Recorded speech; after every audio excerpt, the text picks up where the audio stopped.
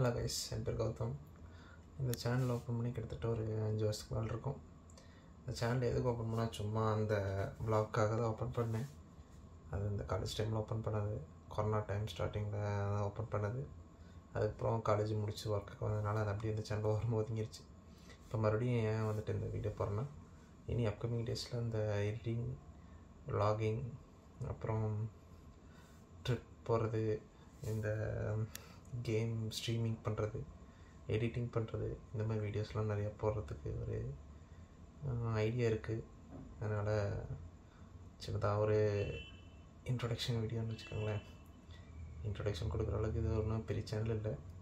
சரி, எனக்கு ஒரு மோட்டிவேஷனாக இருக்குன்றதுக்காக தான் இந்த ஒரு வீடியோ, வேறு ஒன்றும் இல்லை. சரி, தேங்க்யூ.